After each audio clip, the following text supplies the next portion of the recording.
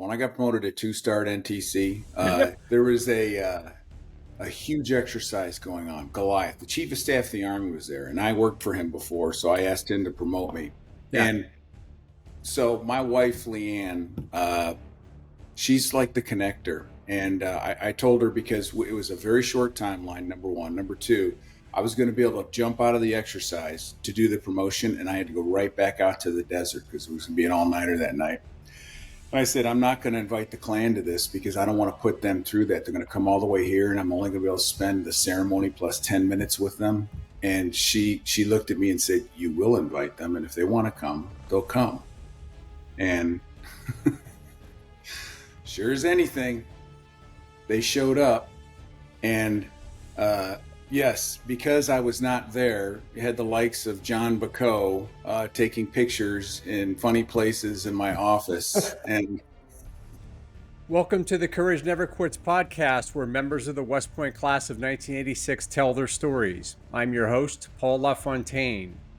My guests today are 4 members of the B4 Buffaloes: Joe Martin, Wade Jost, Chuck McLaughlin, and Dan Schafer. While only a few representatives of the class of 1986 cohort from B4 are here today, we recognize all of the Buffaloes listed to the right as the special group that they are. The B4 group is legendary for its company reunions, Zoom calls, and tight connectedness that endures to this day. Of course, we'll work hard to have all members of this group eventually on the podcast. And now, the Buffaloes. B4 Buffaloes, welcome to the podcast. I have today Charles, Wade, Joe, and Dan, as they're known in real life. I'll let you all introduce yourselves by your nicknames. Welcome, guys. Good to talk to you. good to talk to you too, Paul. Good to be here. Chuck will start it. I tell you what, the B4 Buffaloes are kind of legendary for your company spirit, and we're here to dive into that a little bit today. But first, before we do that, this is the only reason that the 3 of you are here, not your entire company, is just my own scheduling inabilities. But there's a large group of B4 Buffaloes that we've right and rule now. Right. I did graduate the bottom of the class, but I'm pretty sure there's 4 of us here. So let's just go. Let's just warm up. Where's everyone coming from? Charlie, Chuck, where are you coming from? Yeah. So most by school, most people know me as Chuck. Happy with that. Among other things, let's see. I'm in Maine right now, which is in Kennebunk, Maine, which is my hometown. But but I don't live here. I'm staying at a friend's house.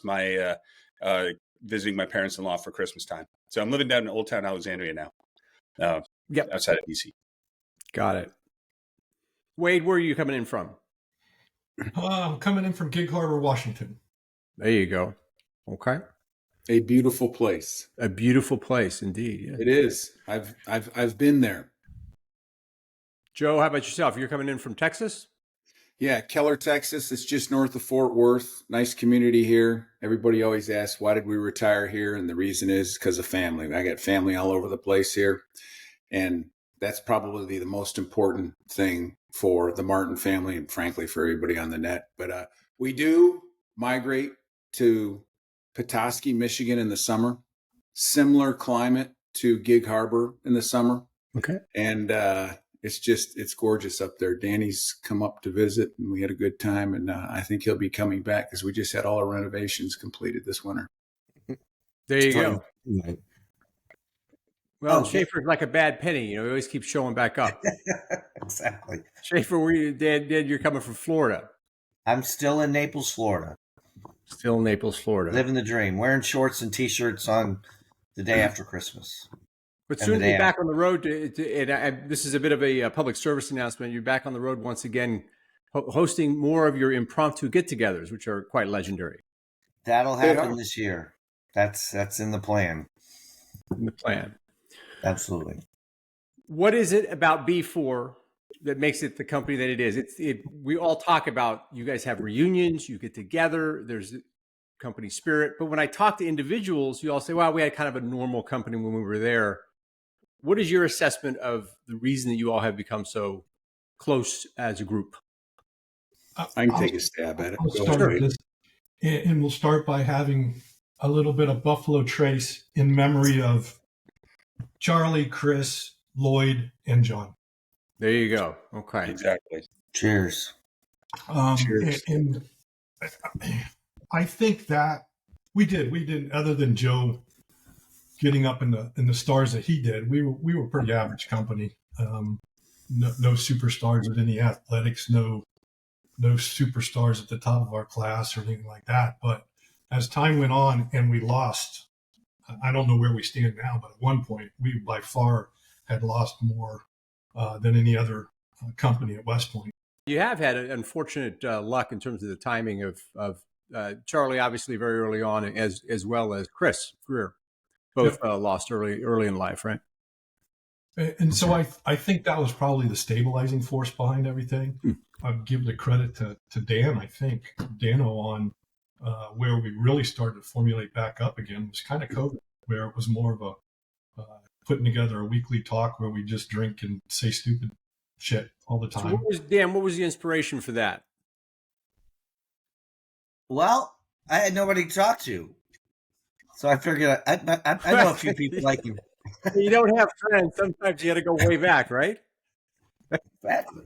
It worked. They all got suckered in, and if as long as I was on the call with the guys and everybody else, I wasn't drinking alone. So there's that. Right. So okay. So there's a bit of moral high ground there. I love it. So what was the original format? Was it literally a phone call? I was Zoom. You would do Zooms. Okay. You're an early adopter on the Zoom side. And this was pre-COVID, and what year did you guys start kicking this off? This was in the middle of COVID, so it was probably 2020. Yeah. Wouldn't you say? Yeah. And I got to tell you, I mean, they were epic. I mean, just the banter. Everybody had their favorite beverage in front of them. Some had a coffee cup, others had a bottle of water, and Dan, Wade, Joe had their favorite bourbon that they were trying to show off. Well, so a little bit of Zoom action there, getting together. And how many people will attend these calls regularly? You know, I think initially it was probably half a dozen, but correct me if I'm wrong, but we probably got up to 12 or 15, and it was in the teens easily, and it wasn't always the same 15 or so. Yeah. It became as the COVID drug on, at least for me, it became the highlight of the week. I mean, you had something to look for. I've got my office here. I have one lady that works with me in the office, and her and I would come in all the time, but it's a ghost town downtown Gig Harbor, and nothing was happening. You couldn't go out to eat, you couldn't go to a bar. And so this one night a week became commonplace for me, and I enjoyed looking forward to it. Smart. See, that's the B4 difference. In Florida, the restaurants and a lot of the bars were open, so I needed to make sure to keep Friday and Saturday open. Right. Because you do have requirements. Exactly. Right. There's certain requirements that you got to keep up. That's fantastic. Now, Joe, I understand from Bump told me that several of these ne'er-do-wells came to a couple of your promotion ceremonies and hid your hat and did all sorts of things. Didn't you learn after the first one not to invite him anymore? No, it actually was pretty awesome.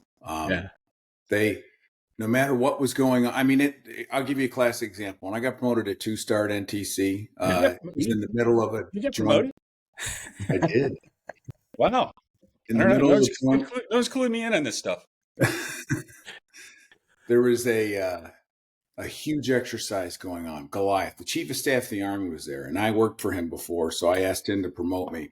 Yeah. And so my wife, Leanne, she's like the connector. And I told her, because it was a very short timeline, number one. Number two, I was going to be able to jump out of the exercise to do the promotion, and I had to go right back out to the desert because it was going to be an all-nighter that night.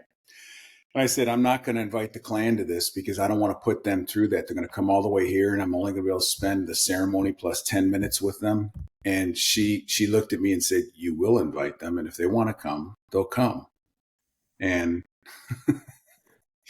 sure as anything, they showed up, And yes, because I was not there, you had the likes of John Bacot taking pictures in funny places in my office. And somebody was going to enjoy your promotion. It wasn't going to be you, but somebody was going to enjoy it, right?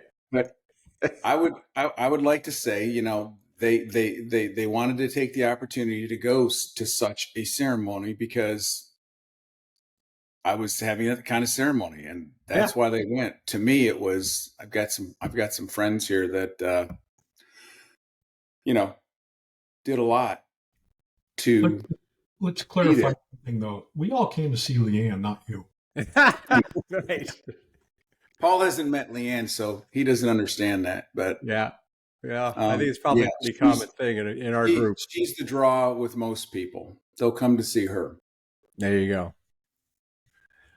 So there's a funny thing, Paul. It was a funny thing that happened with. So I didn't go out to that, but where I did see Joe when he was at NTC is. So I'm living in Connecticut at the time, and I'm going to this gym, and it's your standard like big old Globo gym, right? And there's TV monitors everywhere, and all of a sudden they're showing Jay Leno, and he's coming to go like check out, what's going on at NTC, and all of a sudden there's Joe Martin, and like I stop there like in the middle of the gym there, I'm like, I know that guy. Those little moments happening all the time. He did a drag race with a tank during an episode. Yeah. How did what was Jay Leno? How did that happen? Was that Leanne's? Oh no, Leanne had nothing to do with it. That was the public affairs community at NTC reaches out to different shows and asks them if they want to do an episode out there, and so that was one of them. He came out, and he's as genuine as you see him on what's Tim Allen's Last Man Standing. Yeah. He is 100% genuine, sincere. I hate the word authentic, but he was. Yeah. But like I rode with him for 15 miles across the desert in his car, and we just had a conversation. He kept asking questions. Typically it's the other way, but yeah. Well, to him, certainly what you were doing was as interesting as what he was doing from your perspective, right? He was fascinated. I bet. I think he's a motorhead too. He loves cars, and I've got to imagine all the machinery you had going around there was pretty fascinating to him. Yeah, and he was amazed by that, but he wanted to beat an M1 tank with his drag car, and he did. How did it turn out? He won. Okay. Well, there's a shred of dignity remains for Mr. Leno. That's good. Good. Chuck, how did you become far lower maximum effective range? So. Right. Just slightly less. Chuck, how did you become the scribe for the group? Was that always a foreordained thing? Were you the guy that wrote all the howitzer entries at school? What was your? How did you end up here? No, I don't even think I really am like the scribe for the group. I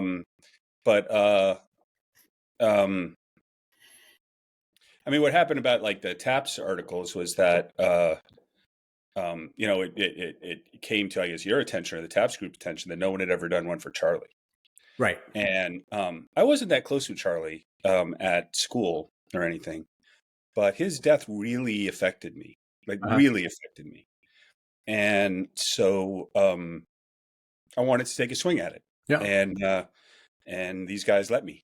And I interviewed, guys who were closer with him and found out more about events, and Wade introduced me to some members of his family. And so we were able to get that done.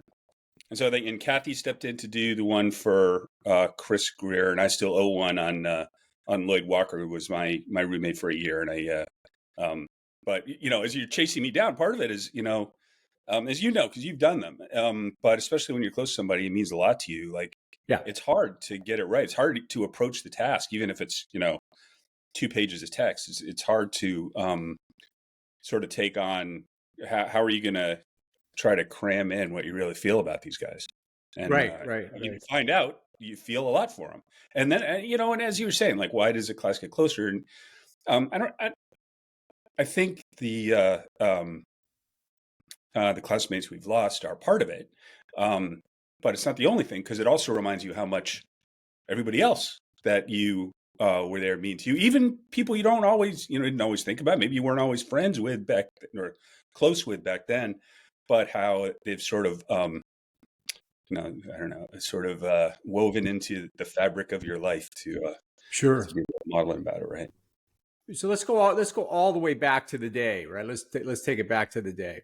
So you guys came from two of you grew up in Virginia, but did you grow up in Maine? Actually, Chuck, you said Maine. Yeah, my parents moved to Virginia when I was a cadet. Got it. Okay. So the howitzer, the howitzer is always a lagging indicator on information. Well, and also you'll notice that my picture in there is like I got my eyes are kind of squinty, and I'm it's not the best because I was too damn lazy to check my howitzer entry. And right. Well, it wasn't really a priority for us at the time. I didn't get it right. So Dan and I were also in the same beast company. You were? Well, plebe year company. Yeah. We were in C2, and we were roommates first semester. With First semester plebe year. So who was squaring away who in that room? Because Dan says he was the guy who was sorting everybody else out. You can tell by the response that might not be accurate. No. Joe was the prepster, so he made sure Gabaldon and I, Beanhead year, stayed out of trouble and had at least black shoes. And right, you've heard the story of Rich and I going through our window and Joe not knowing what was going on and how could you guys do this? And then when the officer in charge came to visit, and we couldn't really pretend to be sleeping because that would be an honor violation and Joe would get us kicked out. So we stepped up for our slugs. Right. So Dan, I'll never forget this. Dan, when he would have a young lady visiting for the next weekend, but he still needed a haircut, he would go to the barber and say, I only want you to take off this much. And the barber would say, you need a haircut. And he'd come back and he'd complain. They took too much off. I got too much hair off. So what was the theory there, Dan? Is that if you had a little more hair, you'd be a little more charming? Exactly. It look more attractive and, just make better conversation. Exactly. I was much smarter. Okay. Yeah, I got you. All right. Good stuff. So Joe, did you get in trouble at the academy, or were you you stayed clear of all the disciplinary stuff? First class slugs. Sonny Sloan, when I walked in his office the second time, said, if I ever see you again, you will be kicked out of the academy. Danny, you know that. And what was the nature of your malfeasance? Two silly things. Left Camp Buckner and literally went to Newburgh to go have a burger with my hometown girlfriend. Okay. That's it. Came back and the guy took down her name as we came back on. And next thing you know, I was in trouble for yearling year. And then right after we finished yearling year, I went down to the river courts and met up another one of our past classmates, Kenny Carrick, and his friend whose name escapes me. But I wasn't going down there to meet them. I was just going down to hang out because everyone was down there playing Frisbee, enjoying themselves. Term ends were over with. And Kenny's friend opened up his a duffel bag and he had a 6-pack of beer in there. And I'm not kidding you. And a guy that was graduating 3 days from then came up and said, what are you guys doing? And so he said, pour it out. I won't do anything about it. And he went up and walked up to the officer of the day, turned in our names, and I came back for cow year and had another back. Board. Oh, no. So, and I don't know what I was thinking. I should have just walked away, but I didn't.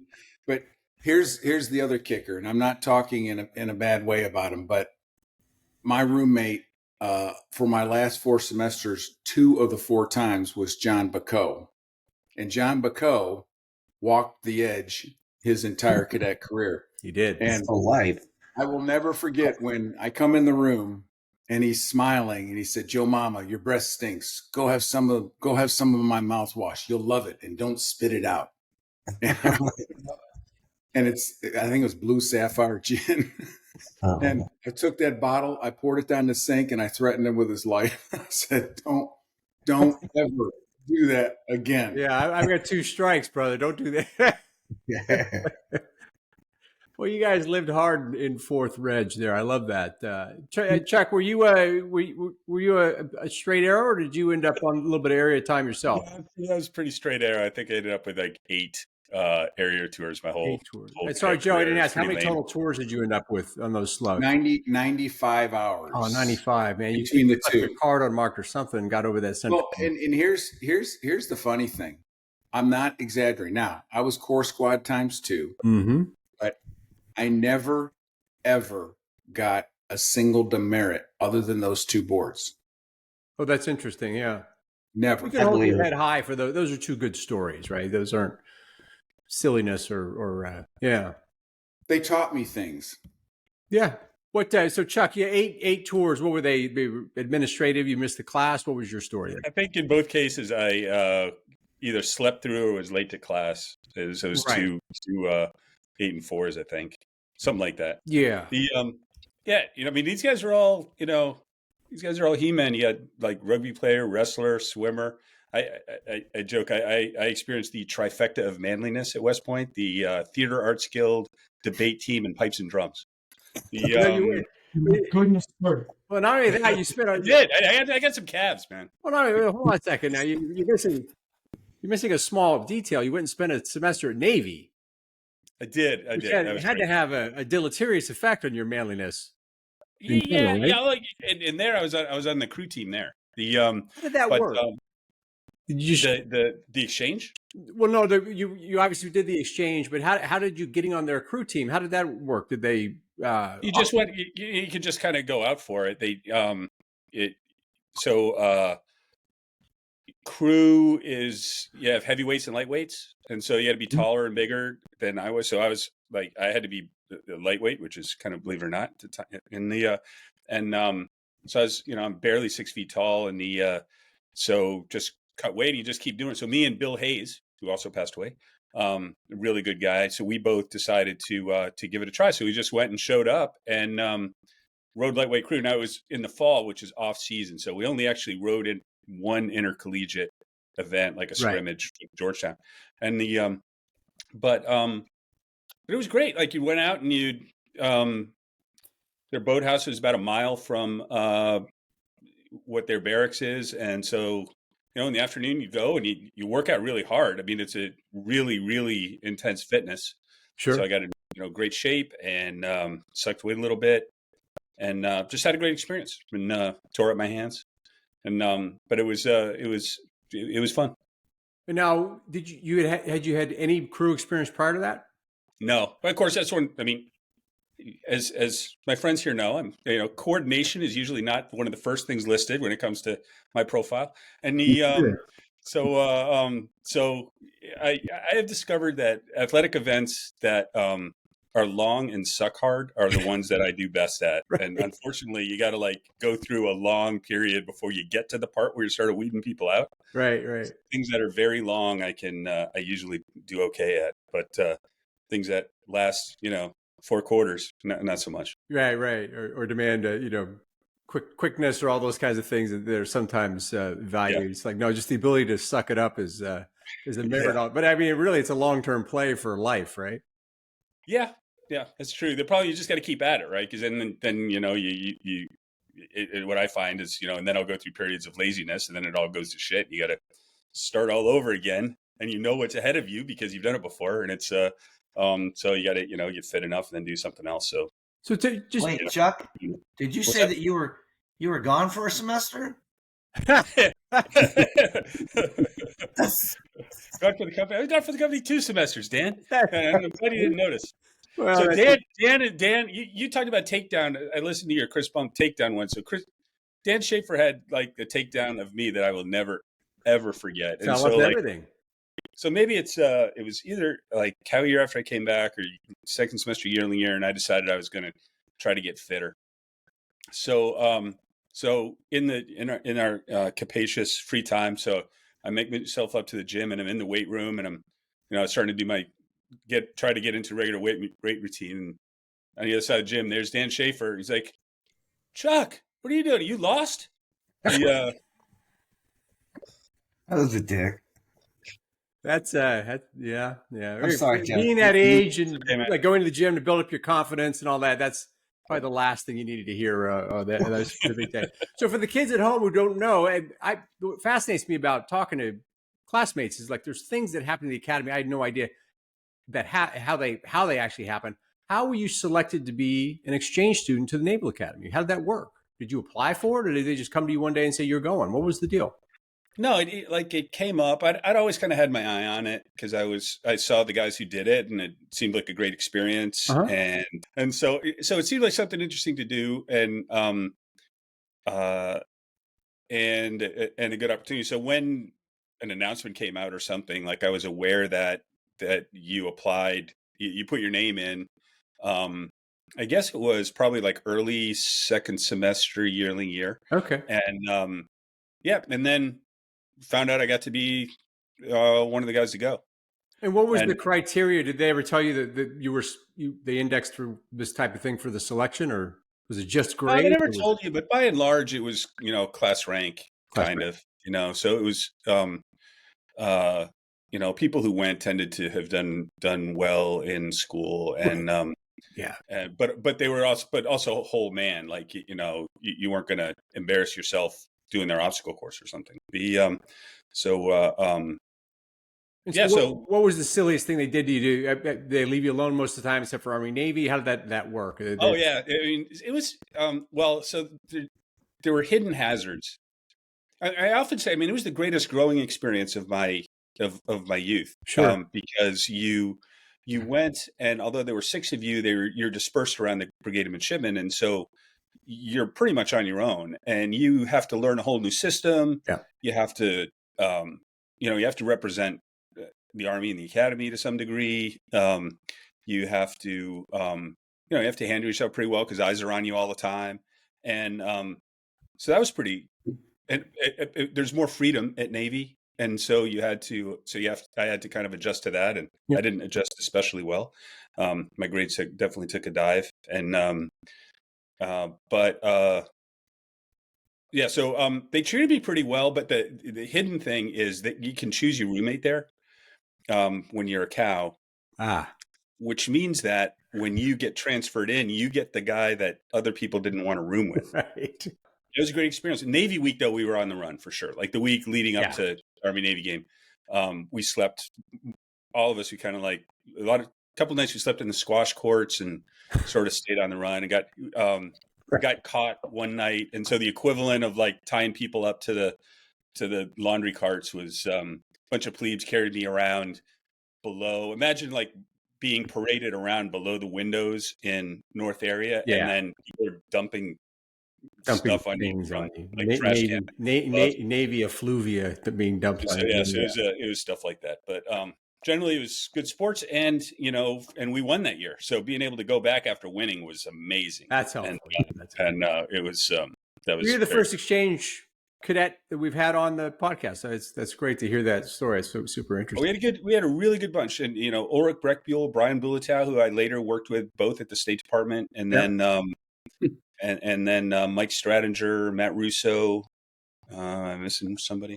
Okay. Oh, and Bill Hayes, and which was great. Bill and I were pretty good friends. We'd been on CTLT in Korea, and he was a C4 guy, and so we got pretty close during that period. Yeah, look at that. Hey, Paul, I'll be right back. Okay. Well, we need to take this opportunity to hear about Wade's lack of misdeeds. Wade. I don't even think I had 8 demerits. You had no demerits. Let's just say we, B4 in the Wild West Battalion, probably had our best formations in Central area. There were times where our 3 companies, B4 in particular, dwarfed everybody else on the area tour. So Friday afternoon, Saturday morning formations, it was just. And what was that? Was that just a TAC group that enjoyed sending you over to the Central area to do a little exchange over there? What? We never did anything wrong. Well, we were always blamed for things, and we just never denied them. like all true criminal populations, everyone's innocent, right? Well, you get a reputation and you kind of like it, even though all you do is go to the library every night and don't do anything. I grew up with Pete Boylan, General Boylan's oldest son, who happened to be in B4. And so, yeah, I heard some of those stories, and I actually lived them as a plebe because I was an I-1 as a plebe. So I would ping over, go to Pete's room, change into civilian clothes, and hang out with all the upperclassmen over there in the Wild West, never believing that I would end up in B4 of all places as a freaking yearling. Right. And there were some firsties when I showed up as a yearling, putting two and two together. And this is still pre-Boylan as the comm when we were yearlings. But Pete would basically, they were telling everybody just shut the hell up. It never happened.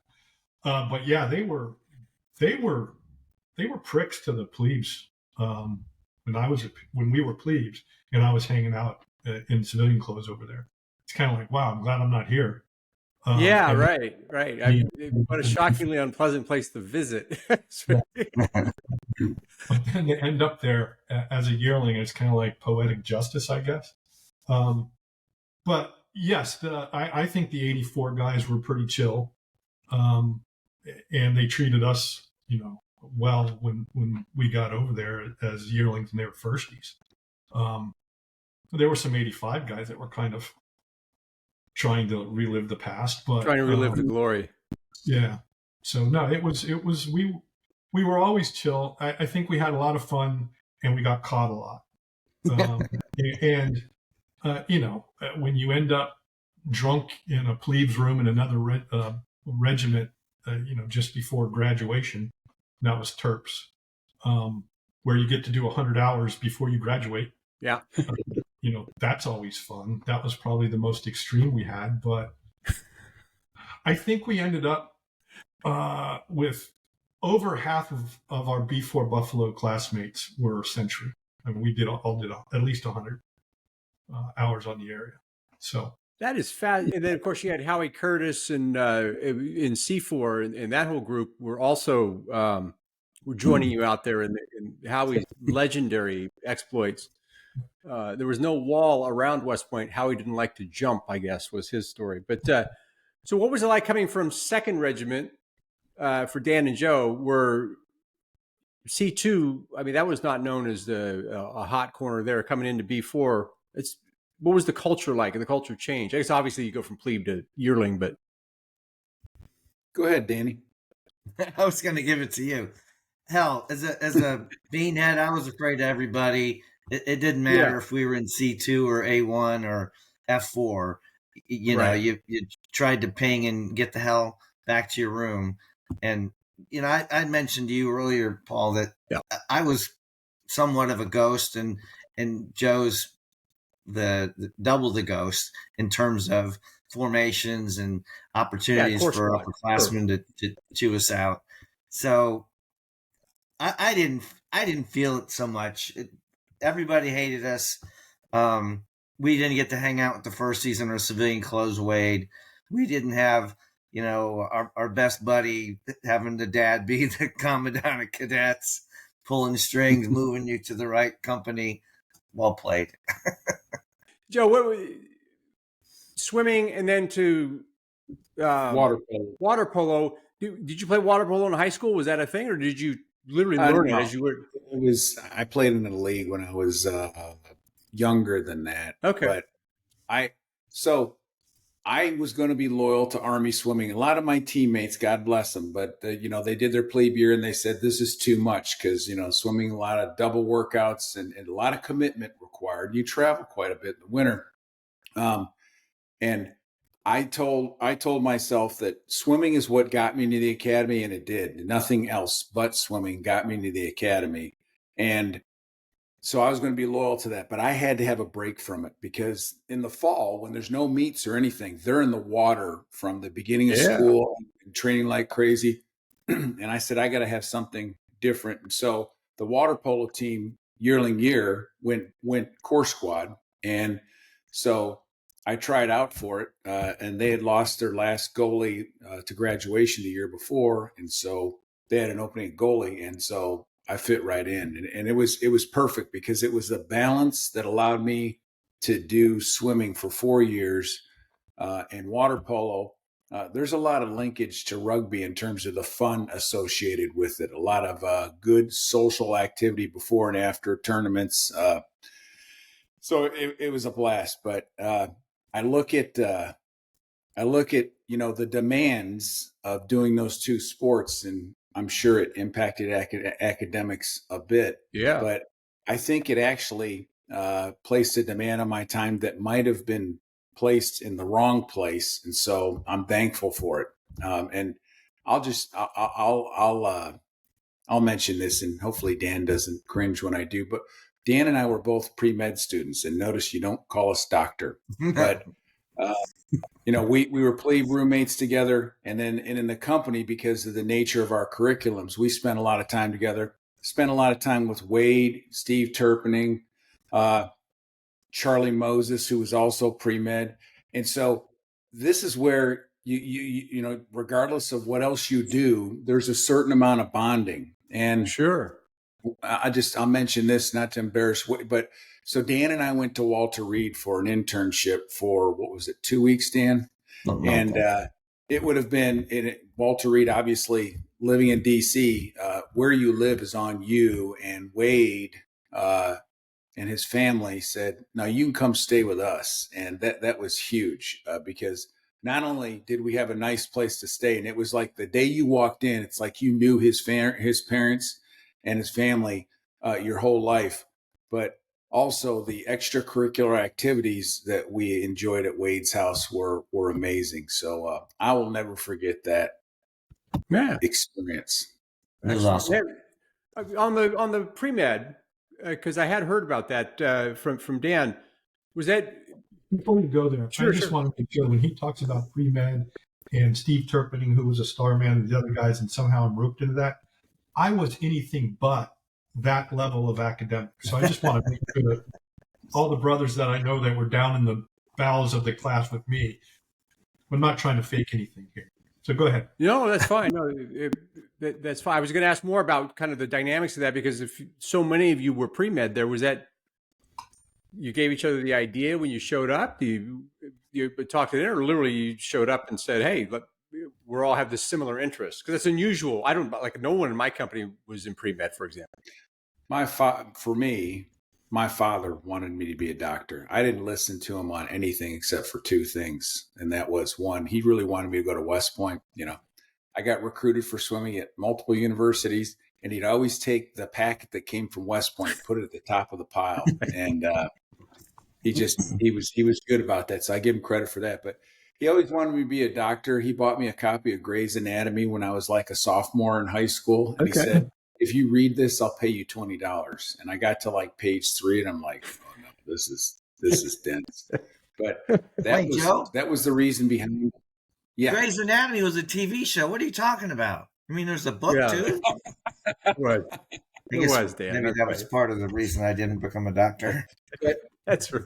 The last thing I'll say about that curriculum, that's something that taught me how to gut through other things in my life for the rest of my career. Yeah. And it also showed me that working hard doesn't necessarily give you the opportunity to achieve your goals. It takes more than that. You've got to have some natural born talent, and you've got to have just, in some cases, some luck. Med school's not luck, but that curriculum, I'm grateful that because I could have done other things that would have been a lot easier for me, and I didn't, and I don't regret it at all. Well, the Army thing seemed to work out for you, Joe, so I think that's okay. You didn't become a doctor. I mean, it disappointed his father, but right to this day. So, Wade, what was your story? Although you've qualified yourself as being down in the realm of the class I was in, I waved to you from down there. What got you interested in this realm? I just wanted to be in the infantry. Yeah. And my dad was military. He was Signal Corps. When I said I was going to jump school, he's like, "Why would you want to jump out of a perfectly good airplane?" Sure. But I have to chuckle with what Joe was saying, his dad was always putting the envelope at the top. My dad was very quiet the whole time I was going through the selection process, and I didn't make it in first time, so I reapplied. But I went to what they called civilian preparatory school program. So I went to Virginia Tech for a year, joined the Marine Corps. Really? If you want to go in infantry, sign here. And so that aspect of the father, I had to chuckle because our day when we're going down, they say new cadets come on down from the stadium seats and everything else. My dad, he looks at me and he goes, never met a West Pointer I ever liked, changed it and walked away. Come on down. So, and then should I start with the man in the red sash, Dad? So, quickly as time changed, and Joe's talking about staying with my parents, and Chase was down there several times, and Bonehead and Charlie and Terps and a lot of other classmates. But that was really, I think, for the most part, B4 came to love everything about West Point, came to love everything about the people there and what they were doing. So it did change. I don't know how much I changed it for them as much as my friends did. That was your strategy. You went out and met great people at your company and brought them to your house. Sit there. Right, like a drink. Because you have a whole selection to pick from. Yeah.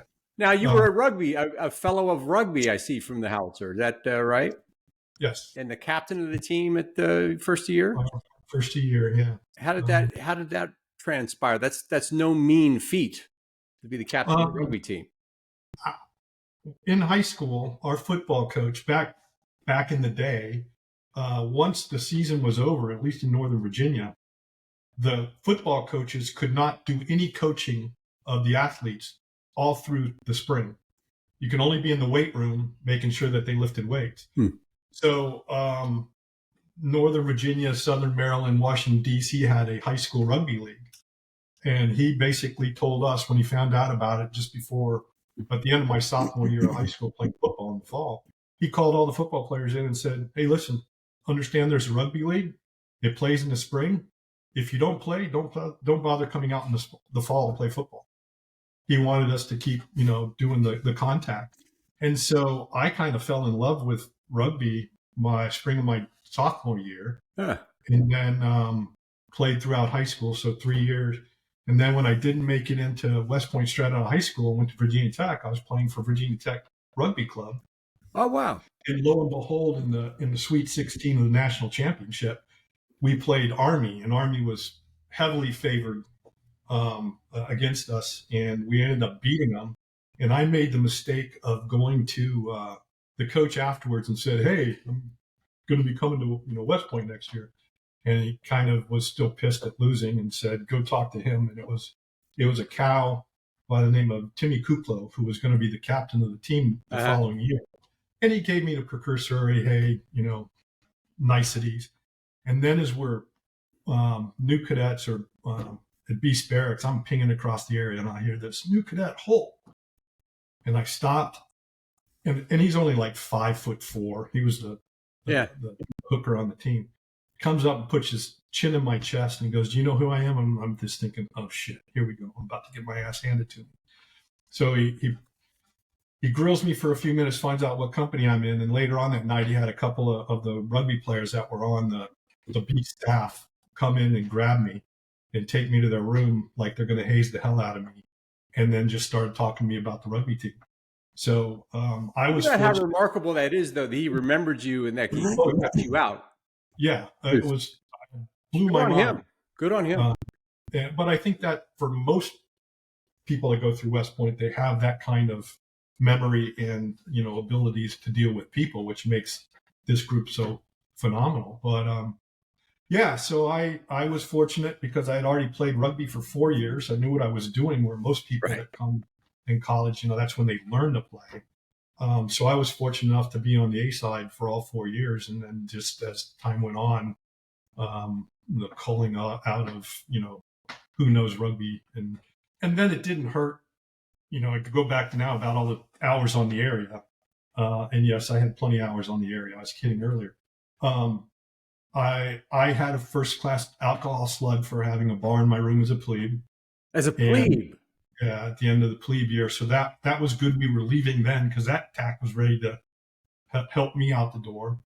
And then we come into our yearling year, and what was that guy's name? But he was Edwards. big into Edwards was big into company football, and so I come in to report to him the first time. And he starts talking about the company football team and how great they are and how much better they're going to be this year. And I'm like, I'm playing rugby.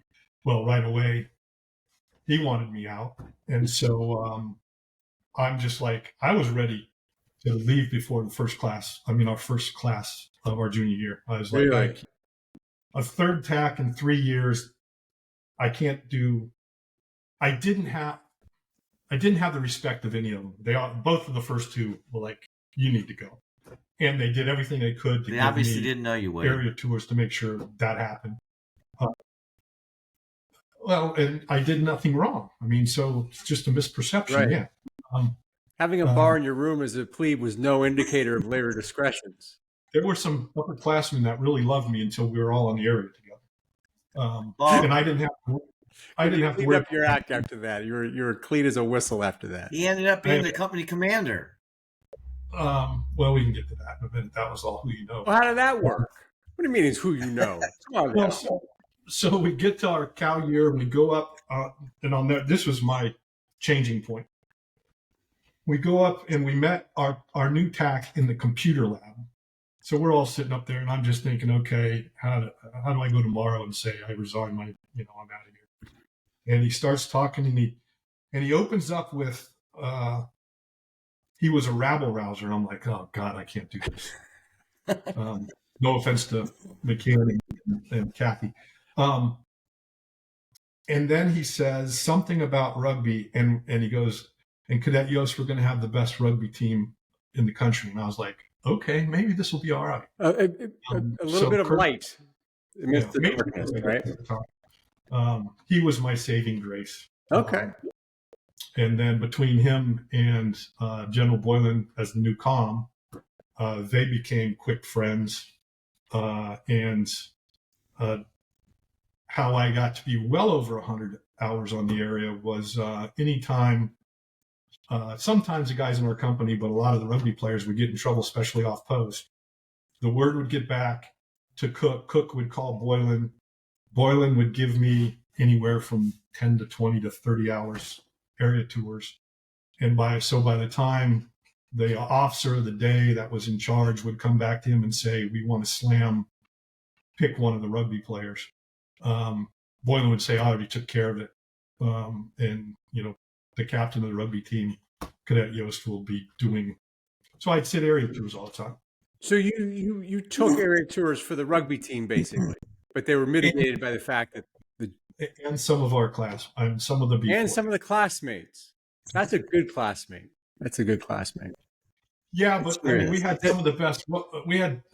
So you say Chuck McLaughlin actually got like 60 hours, but you took all those 40. Yeah.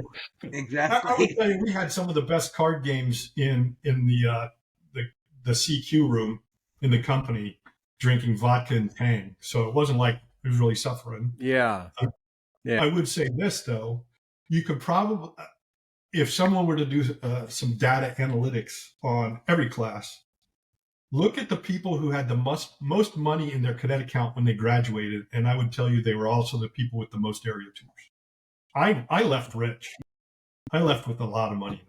That's a good point. Was poor. That's a good point. So that a strange savings program, but one that seemed to work nonetheless. Correlation. So the reason I know folks in your company and C4 was I was in I3. So we were the hallway that was warm while you guys cut over to the either the mess hall or to class, right? So everybody would walk through our hallways to get over to. So the reason I know the C4 guys is they were on the same floor. Charlie Moses, Wayne Laughlin, those guys used to come through our company all the time. So we see Pat Antonetti, all these guys. So we were all kind of living in the same area. What was it like in B4? I will tell you, I was a bit naive throughout the experience, all 4 years. I thought we were all in there for the same reason, to do a career in the military.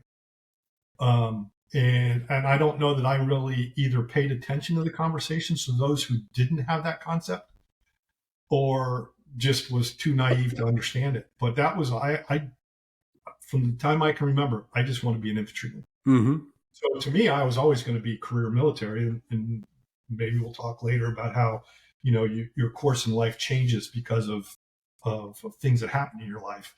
But as far as then, I will tell you, I don't remember any of those kind of conversations with any of the people in B4. It was just hanging out, trying to have a good time and suck it up to get through it. So you guys and say, suck it up. I enjoyed the whole time. I know John Bacow superficially compared to Joe, but I do remember having one conversation just before we graduated with Joe, with John Bacow. The biggest reason he came is because his dad told him he was going to go. And if he didn't, I'm going to get any of the family fortune on the other end. True. That just blew my mind. I came from a farming family in South Dakota. The military is my dad's way out of that life. So I won't say we were poor, as a career, but my whole life was in the military. So that was intriguing to me to find out that someone had that kind. And then as you went through, like I was down at Fort Hood first, and you get to know Joe DePinto, and Richmond Cozy. And they were buying houses right away. I'm like, why would you do that? That's drinking money. Well, right. But you take it up while you're on the area. Yeah. Right. Yeah. No, I wonder about it because it was a different time, right? Chuck, what are you going to say? Yeah, it was different. I don't think there was like a split between like the Army lifers versus the, 5 and out guys. I think a lot of guys were more, as Wade says, trying to get through it and experience it. There was a little bit, I mean, there were probably, 3 or more little kind of social cliques that guys hung out with more than the other groups. But it wasn't like a huge divide. I didn't feel like. And in terms of the Army, my situation was different. So my dad loved being in the Army, but he was a ROTC graduate and prior service and an advisor in Vietnam. But he ended up getting riffed after 17 years of total service, and that kind of broke his heart. And he had really loved the Army and loved being in the Army, and so I came out with a view of I always thought the Army was likely to be unfair, and I couldn't trust it. So I didn't. I had a little bit of a like, I'm going to fix the Army that screwed my dad, in the, but I kind of figured out that I probably wasn't up to that. But I don't know. I always felt like I was just going to give it a best shot and see what happened and what came. And then, but I kind of always knew I was never going to be, Joe. I was never going to be Joe. Yeah. I never saw a happy battalion commander, and I never wanted to be wanted to be one. Even the Army told me I was supposed to want to be one. Mm-hmm. And, so I had a different sort of relationship. But Chuck, you had a badass career, right? I mean, you did shit that we just read about. I was lucky and had some great experiences, and so I can go into that. Every guy who was sneaking and peeking in Special Forces 06, come on now. Yeah, well, I mean, I just happened to show up to work, and I just did my job. I just did what I was trained to do, says Chuck. So I think you did okay, Chuck. Really, really good adventure and big challenge, right? Like, I mean, and every little step was like, was an ass kicking.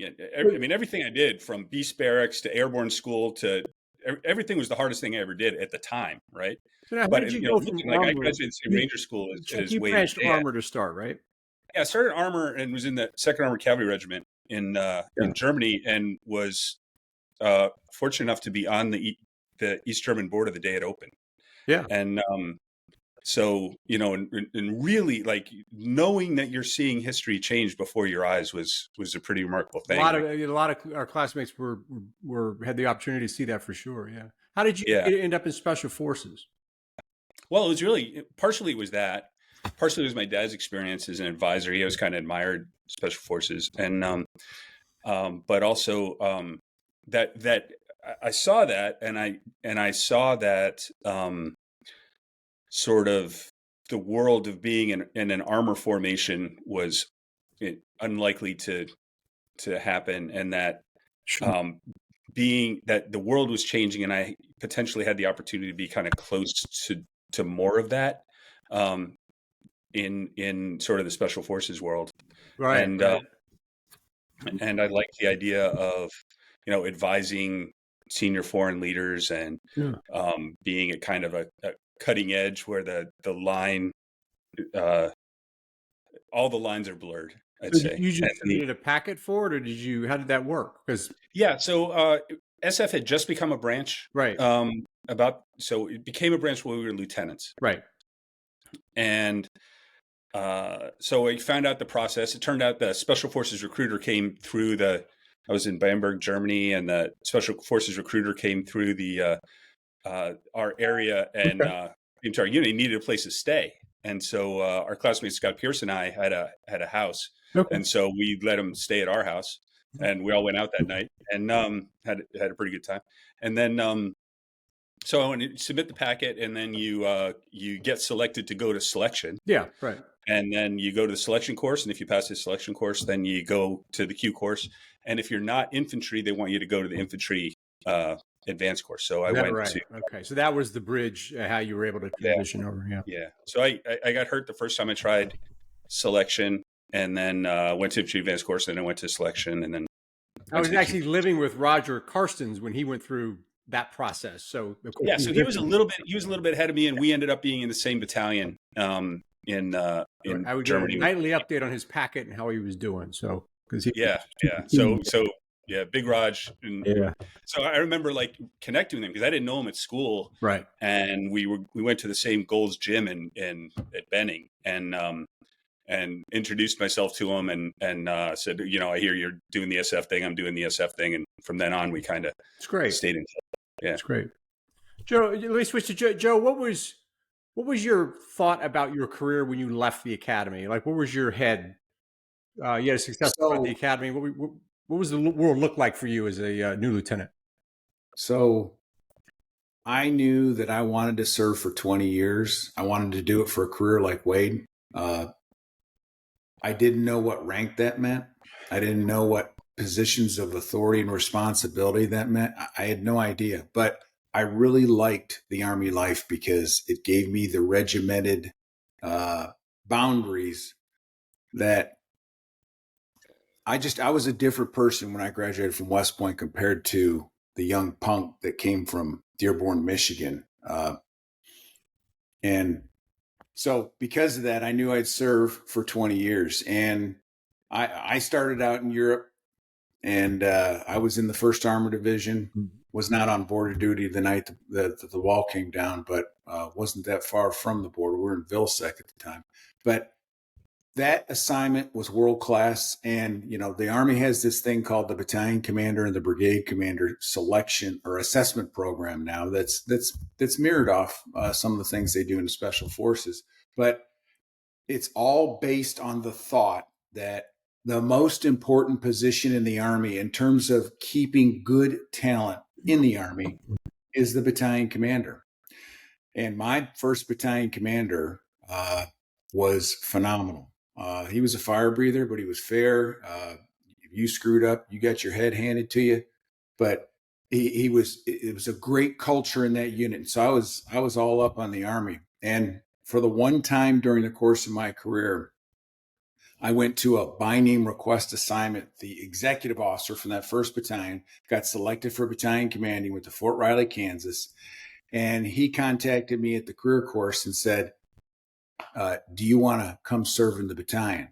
And I said, sure, sir. And I went there, and it was great working for him. For the rest of my career, I didn't go to any by name requests. I went wherever the Army told me, and it was wonderful people. Yeah. And so, we hit the 20-year mark, and second year of battalion command, I told Leanne before I started battalion command, I said, we got to have a family discussion about what our future is beyond battalion command. And so like a year and a half go by, and I'm not kidding you, and I'll try not to get emotional when I say this because it was an emotional moment, but we're eating dinner. Kids are sitting there eating their food. And I look across the table and I said, honey, we got to have a family discussion soon. And she puts down her fork and she says, I'm not ready to leave the Army yet. And just made what I thought would be a hard decision because it's a family decision. Yeah. She just totally took it off the table. And she wasn't doing that because she had aspirations to be the wife of a colonel, the wife of a general. She had aspirations for our lives to continue in the Army because we saw it as good then. And so, then one thing led to another. You'd asked me all the way to the day when General Milley told me you're going to be the next Vice Chief of Staff of the Army. I never saw that coming. Yeah. Just didn't. But no one else did either. No. If everybody in the company would have been polled when we graduated and said, who of us will rise to that level, I guarantee you I'd be at the bottom of the poll. No, I don't think so. No, you got Schafer's on the call too. You got to give. That's right. So Wade, what happened that you said there was a moment that your things just the stream changed? I think Joe's story is super interesting in terms of like everything lined up to include the family assisting at a critical moment. What happened for you? You were saying. And Chuck can relate with this one, but I was just starting or getting ready to start my second company command. My infantry was going well, on the right path, and it was post Gulf War. So I was in the Gulf War with First Cav as a executive officer. I'd already had one company command with Second Armored Division, and we got my wife got pregnant with our first child. While I was going to come with the Marine Corps. Long story on how I ended up there. Other than that, I was prior service of the Marines. And we make it out to Fort Lewis. And right away, our oldest son was born with disabilities.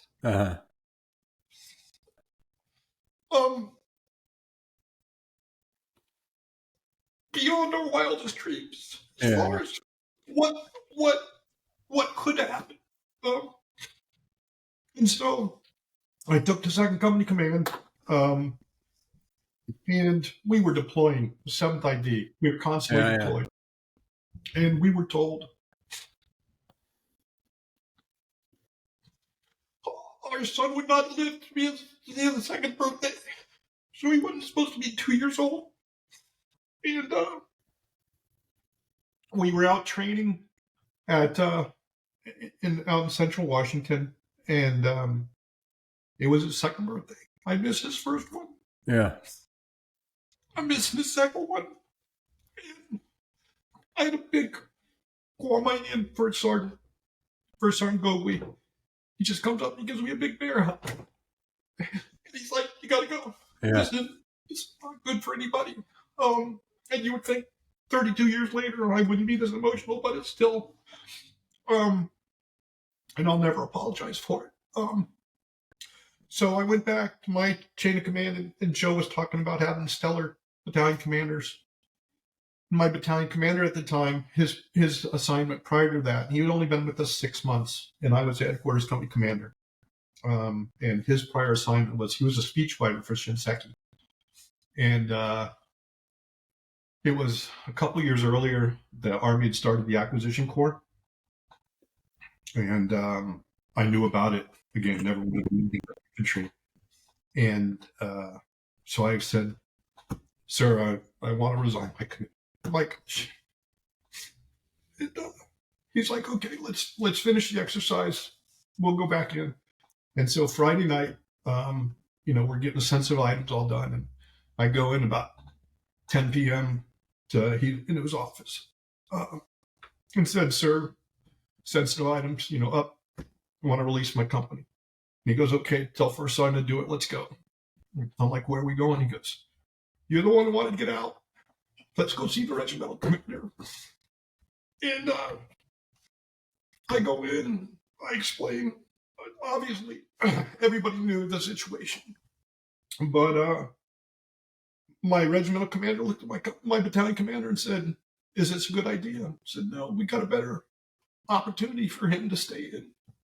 Not having," and Dano knows this, doing medical services stuff, not realizing at all how much we needed for our son the medical benefits. So he said, "Wade, we need infantry officers in the acquisition corps. They did nothing but quartermaster, and they're missing the boat for what we need. Mm-hmm. The combat arms are not being represented in the acquisition corps." And so I said, "Can I have the weekend to think about it?" I'm going to talk to my wife. And it was once we really thought about it, after what the battalion commander said, and the medical aspect was, we would have gone bankrupt had we gotten out. Yeah. And so I came back Monday morning, reported to my battalion commander, and said, "Yeah, we want to do it." He gave me a phone number. I call up branch. It was a major. They answered the phone and said, "I'm Captain Jost." He goes, "Yes or no?" And I'm like, "Yes." And he goes, "Okay." I'm like, "What do I got to do?" And he starts laughing. And he goes, when General Shinseki goes to my boss and says, "If this guy calls and said yes, you make it happen," he goes, "There's not a damn thing you have to do." So I finished out my company command, finished it out in Guantanamo Bay for 6 months, but that was my last infantry assignment. I came back, I gave it up, and I went acquisition corps for the last 10. Promised my wife we'd get out at 20, not realizing we'd be where we were in 2006 with the wars going on. But we decided to get out at 20. And acquisition, you look back and you're provided opportunities in life. If I would have stayed in the infantry for 20 years, I don't know what I'd be doing right now. The fact that acquisition gave me the opportunity to get a couple master's degree, get some good business skills under my belt, and started one company, sold it back in 2017. I'm back on my own now with another company, doing things that I really enjoy doing. And lo and behold,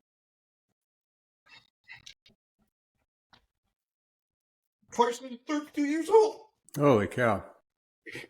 So, Okay.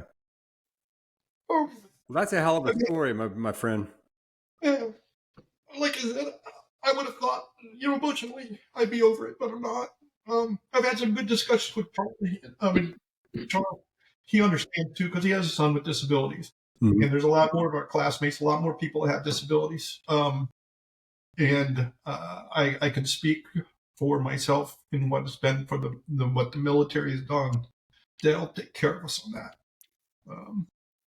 And so that's where we're at. 20 years in now. What a story. Yeah. So you did your 20 years. Yeah. 10 infantry and 10 acquisition. Chuck. Joe, how many years did you do? 37. 37 years. Schafer, what the hell? I had planned. I can't follow those stories. Too, so I'm with you, Dan.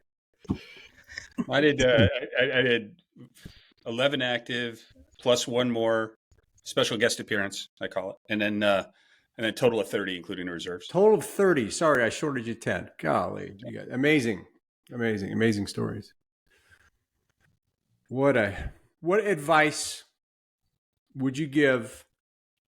What advice would you give to a group of a company mates coming out of the academy today, or even 20 years ago? I talked to some grads from 20 years ago that they don't keep in touch with anybody.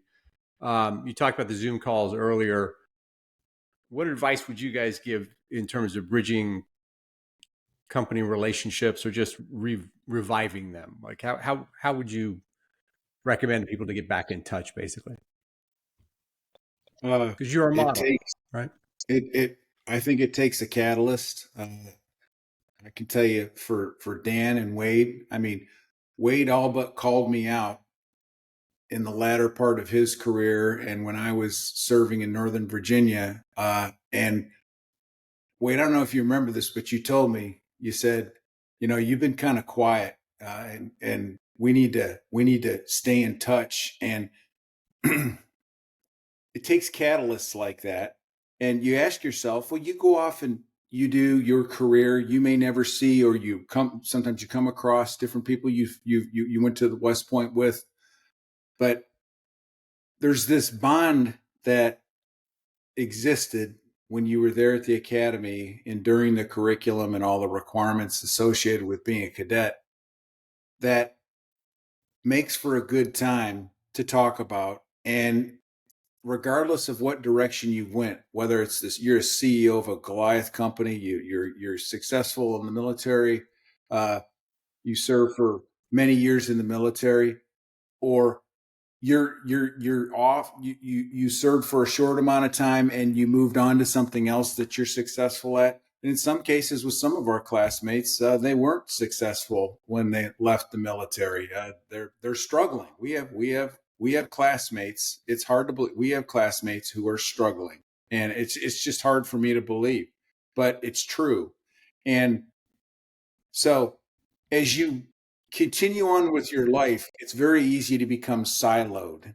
And so when you have catalysts that nudge you and bring you back to a group, you come to find out that it's kind of cool to get back together with these people. We did a reunion last year at the Army-Navy game in Newport, Rhode Island. And it was wonderful. We had a super time, no regrets whatsoever. And the things that this company does are, I think, extraordinary. And it starts with a couple of people that are willing to invest time and nudge people to bring them back together. I think that's good. And, the things that Dan's done, for the past several years, where hey, I'm in this city, who lives here? He just links up. That's an amazing catalyst. I've spoken highly of Dan in other venues. I mean, Dan is actually the spiritual parent of this podcast, because Dan actually brought me back in the fold in a way in one of those evenings in Denver. So, and I just said, I think that's a really amazing thing. So it's totally a credit to him for what he does in this. And yeah, we're going to hold him to his promise to pick the pace back up as he continues to travel. Right, Dan? Absolutely. Starting January 1, there's a reorg of how our company's working, and I'll be back on the road. The Schafer train is back leaving the station once again, and we all will be better off for it. It'll be the silver lining. Hey, Paul, if I were talking to, I do talk to, young people who are going into the academy, and I try to explain this, but they can't understand it at all. There's no reason they should. And then even shortly getting out, it's kind of hard to communicate it, but how important the classmate relationship is, and how unique it is, because it's not quite, it's not the same as family, but it has a different quality than just friends, right? And there's a deepness. I talked with one classmate like a couple of years ago, somebody like one of these people who's sort of like a legendary member of our class, Lori Fleming, a legendary member of our class. He always admired from afar, right? And and first time I ever talked to her, and she said something to me. She said, we were chatting, and she goes, I don't know you, but I know you, because we know the things we've gone through together. That means a great deal, I think. And so if it is not to leave it, just nurture it, because there's kind of a magic that happened around like the 25-year point up to that point when you're at reunions and stuff, like people are comparing their successes. And, Sure. oh, I'm ready for this command, or I'm doing this. People are there's a lot of comparison going on, and that can be very disheartening. And no matter who or where you are, and but around 25. What happened was this transformation, and no one cared about that stuff. People were happy for people's successes, but it wasn't in a comparison way. This is by and large, right? They really wanted to know, how are your kids doing? Or you've been through a difficult time. You've been through a divorce. Hey, how can I help you? Mm-hmm. Or other things like that. And it became a much more human connection. And then you have these jokes and things that were 30 years old that keep coming up, and that bond you together. It's just not to leave it behind and stick with it. When I was in my 20s, I kind of had this romantic idea that I always was moving forward. I was never going to try and relive anything I had in my past. Right. And I let some relationships wither as a result of that. And that was a big mistake. It's not trying to relive things. It's continuing with those relationships and experiences and new experiences that happen that are incredibly enriching in life. And it's become one of the most important sources of happiness in my life, for all these connections. So. And it's amazing how quickly it comes back. Yeah. I mean, there's no awkward moment when you get together, you meet you hook up with somebody and have dinner someplace, or what we've been doing.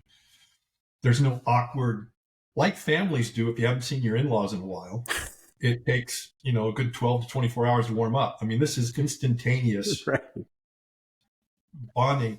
And there are two things that made me realize just how special we have it. One is I got invited to go golfing with some of our classmates who have done really well in life.